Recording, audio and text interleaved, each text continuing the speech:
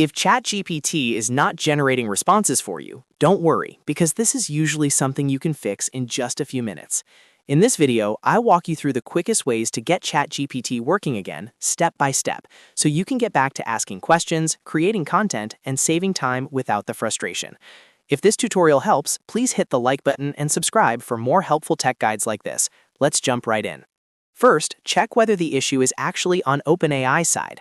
Sometimes ChatGPT stops responding because of a temporary server problem, and no browser setting on your end will fix that.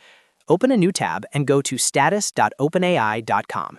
If you see something like an outage, elevated error rates, or another service disruption, then the best thing to do is wait and try again later. This step is important because it saves you from troubleshooting your own browser when the problem is really a platform issue. If the status page looks normal, the next thing to do is perform a hard refresh.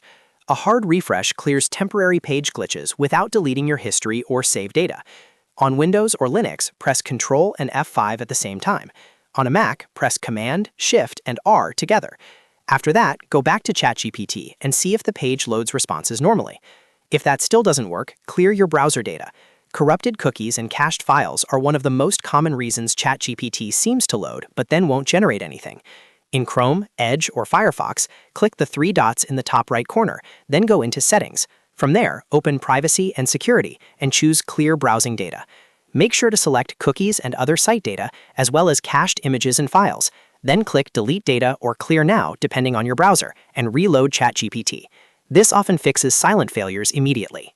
Now, if you still have the same issue, test ChatGPT in Incognito mode. This is a very useful step because it helps you find out whether a browser extension is causing the problem. Ad blockers, privacy tools, script blockers, or even certain security extensions can interfere with how ChatGPT responds. To open an Incognito window, press Ctrl, Shift, and N on Chrome or Edge, or Command, Shift, and P in Firefox. Then sign in to ChatGPT again and test it there. If it works in Incognito mode, then you know the issue is likely an extension or a browser setting. At that point, you can disable your extensions one by one in your regular browser until you find the one causing the conflict. Start with ad blockers first because they are a very common cause of this type of problem. You can also try using a different browser completely, which is another quick way to narrow things down. If the responses still won't generate, try signing out of ChatGPT and signing back in again. Sometimes your session times out in the background and the interface looks connected even though it is not fully working. A fresh login can reset that session and restore normal behavior.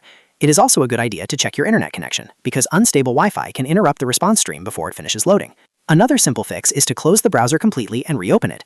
If you have multiple ChatGPT tabs open, close them all first, then open a fresh tab and log in again.